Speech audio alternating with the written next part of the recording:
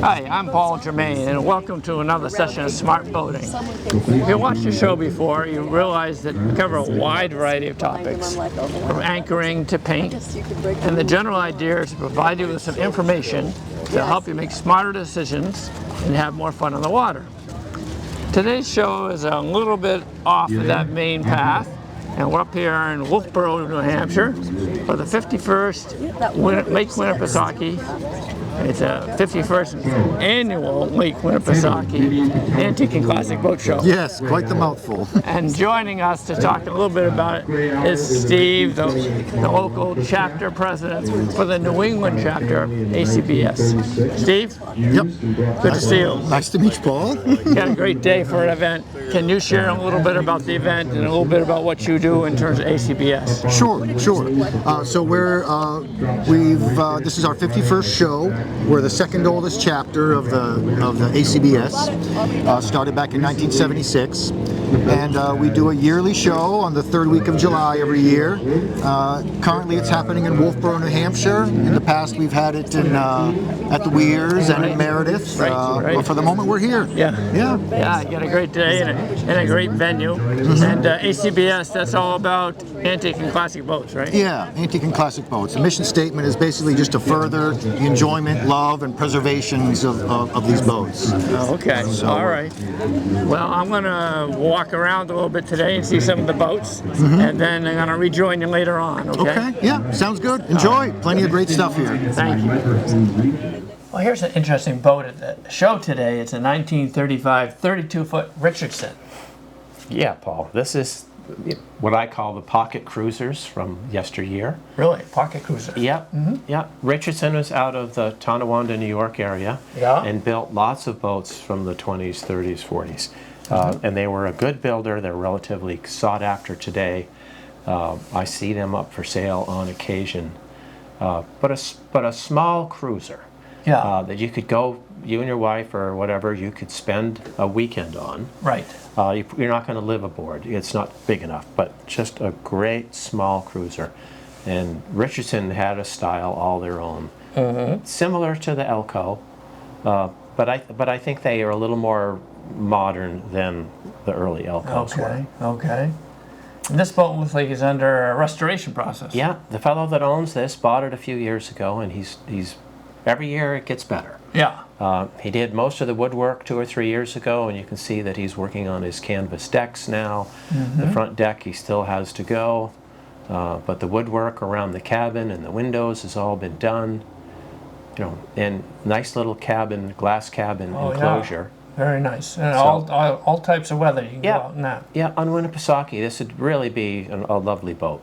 Now here's another Chris Craft, a 30-foot early cruiser. Yeah, this is sort of the Richardson's competitor. Right. But this is the Chris Craft that probably came out of Irwin Marine. I believe this boat's been on the Winnipesaukee since it was new. Really? Yeah. But very similar. The interesting thing about this boat is that following in the commuter style boat, there's actually a cockpit seating area in the very front of the boat. Yeah, I see the windshield there near the back. Right, so you've got seating and you've got a windshield way up in the front. The kids always love to sit right up there in the wind and have fun. Yeah. But again, lovely boats, early styling. Now would the layout have been similar interior-wise to the Richardson? Yes, yeah, because there's limited amount of space. So down below, you're going to have 2 bunks or 2 berths. You're going to have a galley of some sort and a head. Okay. And you can lay it out a little differently, but you have a limited amount of space to work in. So typically, the boats are very similar. Okay. And this one's running a couple Westerbeeks, apparently. Yeah, and wicker chairs and a settee in the back, so you could dine outside. But lovely boat. Yeah. Well, Century was a big name, and here's a 22-foot Century lapstrake, basically, right? Yeah, lapstrake. This was Century's version of the lapstrake boat. Yes. Century built mostly runabout style boats, but they did have a lapstrake lineup. Yeah. This is one of them. They built them in several different sizes. 22, they were steam bent, not plywood. These were planked laps. Really? Yeah. So real planks. Wow. Unlike Lyman that used plywood Right, for their laps. exactly, exactly. But all steam bent. Nice boats. One of these boats was used in the movie on Golden Pond. Oh, is that right? Yeah. And So- were these frequently powered with the Gray Marines? Gray Marine was the order of the day, yes. So there's a shot showing this seating. Nice open, Yeah, but you know, varnished all over. all varnished Interior inside. and outside. Yeah, so you can see on the sides that's real mahogany planks. Yeah. Probably not a water ski boat per se, but you know, you could water ski kids, but I Right. think the ski's there for a decoration. Right. That's a beauty. Here's an interesting one. Arkansas Traveler, about 14-foot aluminum boat. Yeah. Quite a diversity of boats at a show like this one today. Yeah, I mean we're starting to see more and more non-wood early boats show Yeah. up at the boat shows. I don't know a lot about Arkansas Traveler, but you know, aluminum. Yeah. Most Could have been riveted or, well, actually the name of the boat is Rivet, so I'm guessing it was riveted. perhaps, but most of these aluminum boats weren't painted; they were just raw Okay, aluminum. yes. So to see this was an upscale Oh, big time. model. This is everything from Yeah. a rub rail to a steering station. Yeah, and it's got seats and rear seats, and I mean, Yeah. so this was an upscale model that was built by them. Yeah, and interesting. They get that windshield there. It looks like maybe a frameless windshield. I see a frame. Yeah, on the just bottom. this got the three-piece windshield. Yeah. Actually, it looks like a Chris Craft windshield, but everybody bought from the same companies back Okay, in those days. But all aluminum, and Yeah. I mean, there was a market for aluminum. Oh, and it absolutely. was okay. They're light, they're tough, they're economical. Right, they don't leak, No, beautiful. so it's fun to see it come to the show. Yeah.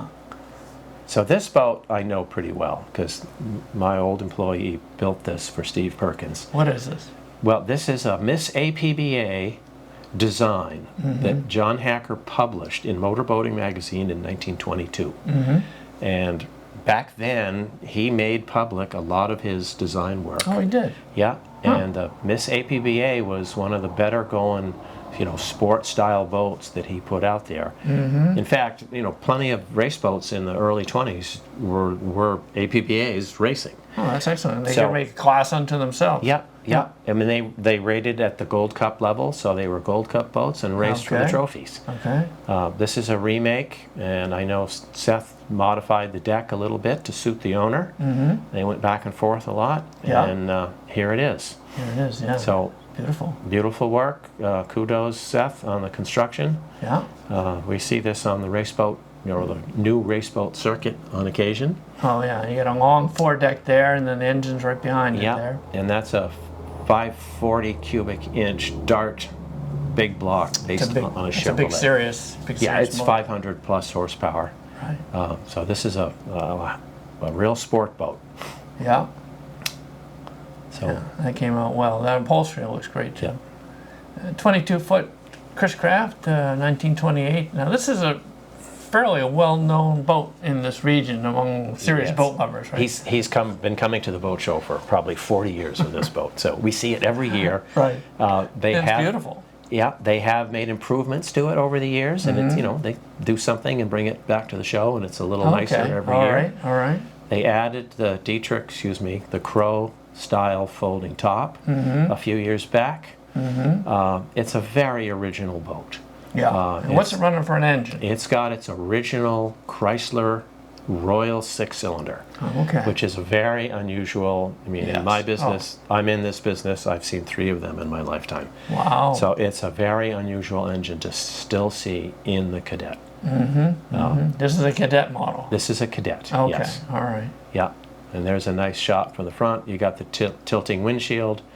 The boat's only 22 feet with a triple cockpit, so your life preservers and paddles and whatnot go Yeah. underneath that hatch in the Big front. hatch in the bow. Yeah. So it gives passengers more room. There's a peek at that Little- rear engine. Little peek at that motor. Yeah. And it still runs well, I guess. It runs great, and it's a lovely boat.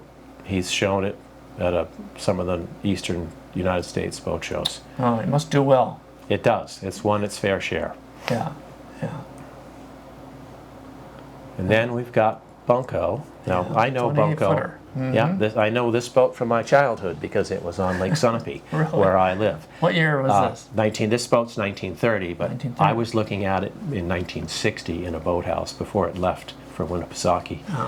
Oh. 28-foot Garwood was really the flagship of the Garwood fleet. Really? They made a 33-footer, but they only sold a couple dozen of those, but Yeah. they sold hundreds of these 28-footers. Okay.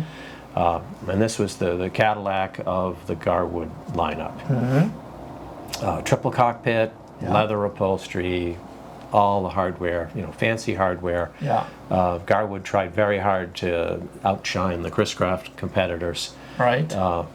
And this boat has the 210 horsepower Scripps engine in it. Oh, that's pretty 600 unusual. Huh? Yeah, 670 cubic inch, 6-cylinder, so Holy smoke. it's a large engine. Yeah, but folding windshields, I mean, these were sort of the standard of the triple cockpit industry. They were. Okay. Yeah, yeah, and that consolidated dash panel and fancy steering wheel and all leather upholstery, handrails, foot rails. Okay. The full. Yeah, full Monty, Garwood if you didn't will. miss a trick when it came to appointments on their boats. They were lovely. Yeah. That's an exotic looking motor down there. Yeah, they're big. They're big. So, but pleated upholstery was standard. Yeah. Here's another Garwood at 25-foot, 1940. Yeah, this is an unusual boat. Is it? Yeah. I think they built 5 or 6 total of this model. So in 1940, I mean, the switch to utilities had begun. Oh, really? Big open. They were giving up the cockpit style boats and going to a walk around boat that you could walk from one end to the other. Again, Garwood was trying to lead the industry with features and comfort and all of that. Yeah. The boat's much wider. This is, it is. over 8 feet wide Okay. by the time we get into this era. But there aren't many of these boats. It's nice to see one of these. Pretty rare, huh? They are rare. And you could get this boat from small engines, 90, 100 horsepower, all the way up to 300. Yeah. So, and in 1940, they made the switch, because up until 1939, they had all metal windshields. I'm not sure why they did it, but they switched to the wood windshield in 1940. So, It looks good. yeah, it still has a nice streamlined look about it. Yeah, very attractive. Banjo-style steering wheel, the Yeah, round okay. gauge cluster. Yeah. But the 2 lockers left and right. They had liquor cabinet, ice box, rooms for all the amenities. Oh, okay. But they were appointed, and all leather upholstery. Again, Garwood was looking for the high-end market, Yes. and this boat achieved it in a utility. Yeah. Well, this is a little different manufacturer. This is a Century Sea Maiden, right? Sea Yes. Made. Sea made. Sea Made, yeah. Yeah. About 19 foot or so. Yeah, they made this boat 17, 18, 19, and 20 foot long. Really? I think this is the 18. Yes. But by this era, you see the two-tone decks. The stylists were starting to get so there. prior to that, you didn't see so much of that? It was Yeah, more one the uniform blonde color? decks are something that happened after World War II. Okay. And it was a style thing. Yes. But the Sea Maid was the higher end line in the Century lineup. Oh, is that right? So it had the 2 cockpits forward, engine in the back, and that gave a more social boat that you could chat with your guests. Right, You could which is chat nice. with your guests. Yeah. So there's a nice shot of the dash panel, and you can still see the 2-tone blonde being carried through the dash panel. Yeah. And It's carrying nice the stripe through the upholstery. Yeah. 2-tone decks. Yeah. So, That's beautiful. but just a lovely boat. Well, here's the Garwood at 25 foot, 1995. So this must be maybe a reproduction. This is a reproduction, yes. And Garwood built a 22-foot boat that looked just like this in the early 30s. And that's when Chrysler Marine developed the V-drive motor, so that the motor could get put in the boat backwards, the power went forward and then down through a shaft. Right. So that keeps it compact. You don't have to put the, gives you some flexibility where to put the engine box. Right, and it puts the engine in the back of the boat and puts all of the people in a group in the forward section. So it's a more social setup. The new Garwood company that reincorporated the Garwood name has rebuilt that 22-footer in this, a 25-footer. Okay, yeah. So, and this boat came to Winnipesaukee, I don't know, 20-something years ago. Oh, is that right? Yeah. Yeah. And it's got really nice proportions, I think. Yeah, they're lovely boats. Everybody's up in the front. You can walk between the cockpits. The gas tanks are underneath the seat bench there where the coiled rope is. Right. So there's lots of seating for adults. It's a nice boat. That is a nice boat. Yeah. So, engine's in the back. It's a little tight to work on, but it's okay. Right, right. But all the same hardware as the early ones.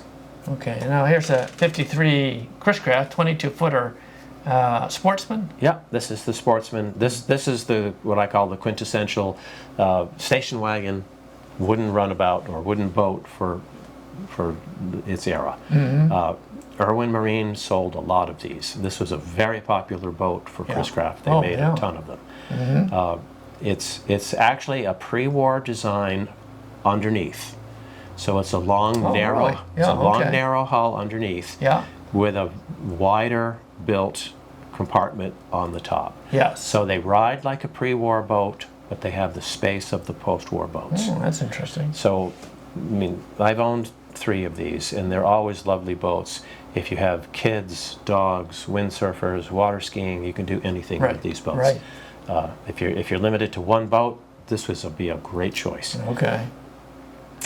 But have the spotlight on the front deck there for night boating. Yeah, and this is the On Golden Pond boat. Oh, it is? Yeah, so in the movie they use this specific model in the On Golden Pond boat. So but nice just nice big utility. Yes. This one has the secondary jump seats behind the driver's seat, which adds a little bit. And typically these would run from 120 to 160 horsepower inline 6 cylinders. Okay. They were, plain upholstery, just standard stuff, but lovely boats.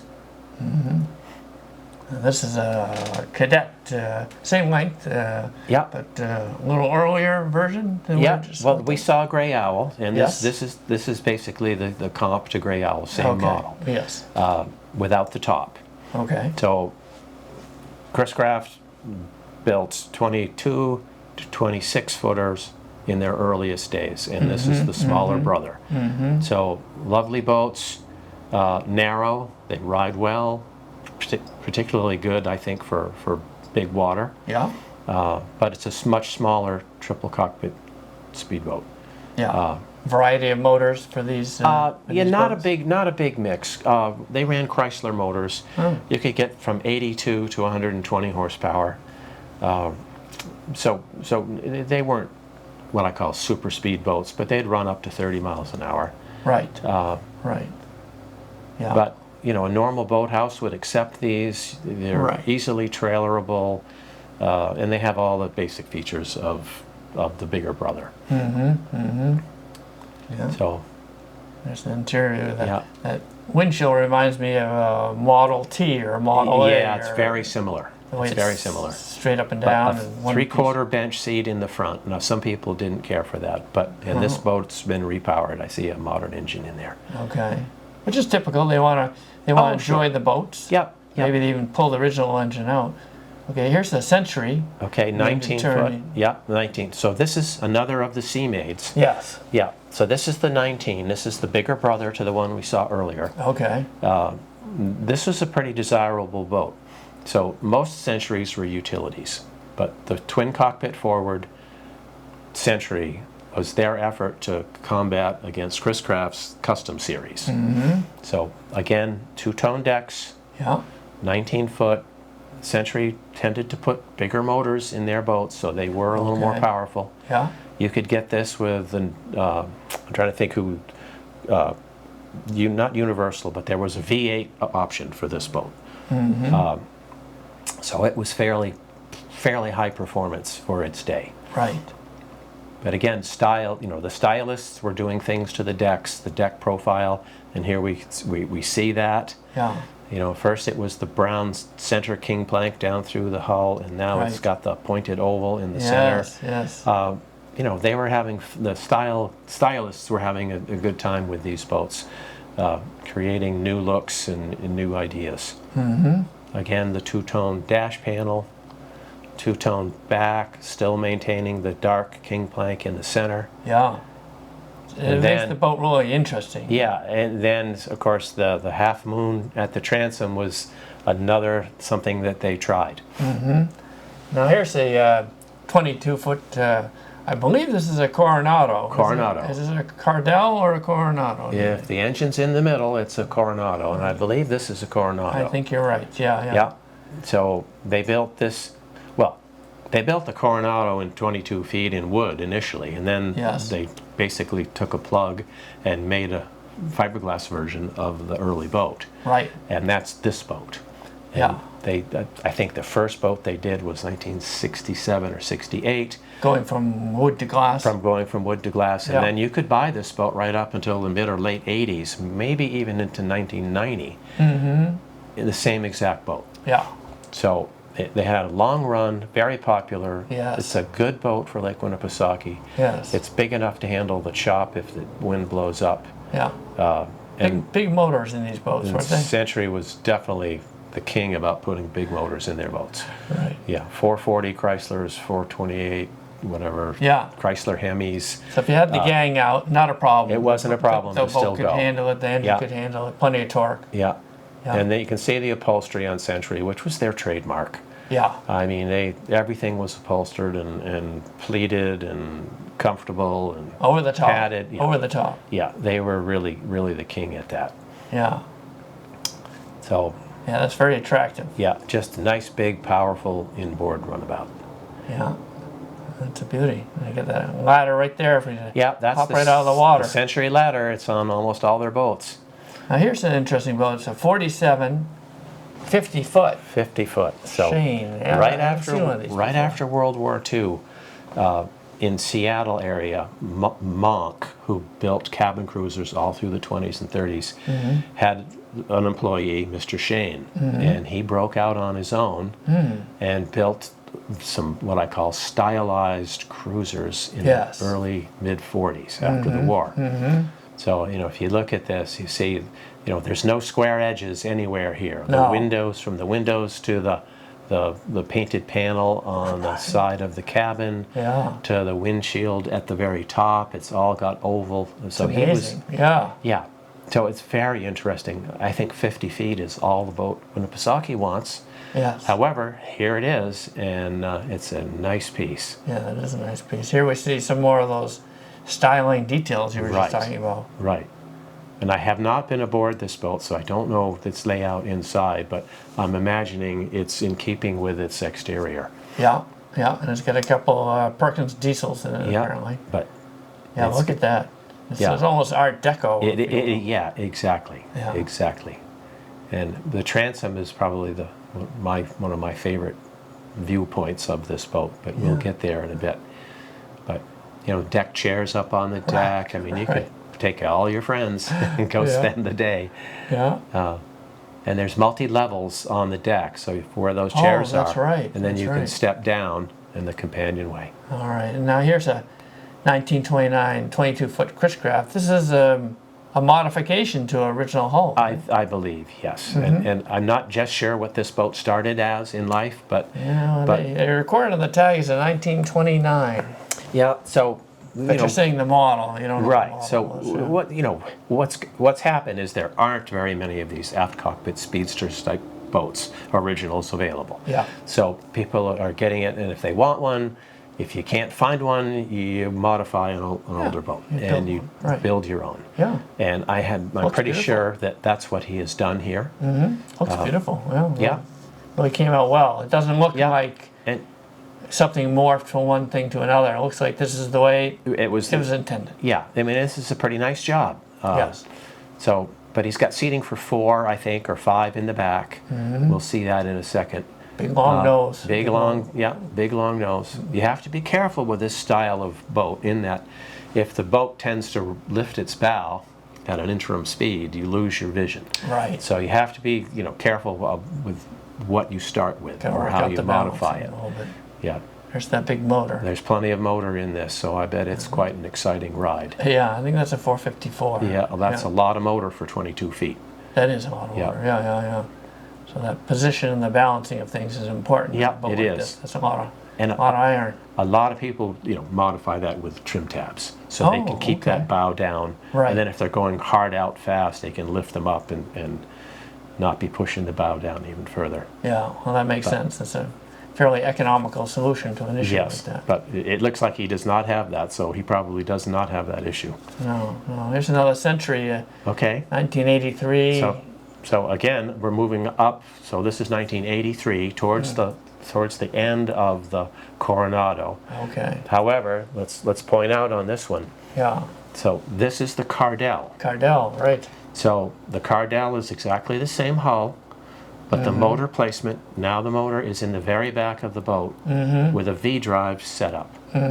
So you'd gain a little convenience in terms of open cockpit, but Yep. maybe you'd drop a little bit performance-wise on the V-drive as opposed to... I'm not sure. Much? Race boats tend to want the weight in the back of a boat. Oh, okay. All right. So really I'm not sure. Just a choice of layout, Yeah, basically. but it's a much more social cockpit area. Yes. And the motor and the noise is behind everybody, not in the middle of everybody. Yes, So, yes. and Century had built plenty of V-drive Arabians in the 50s and 60s. Yes. And this was carrying on the tradition of that V-drive okay. setup with the big Coronado hull. Right.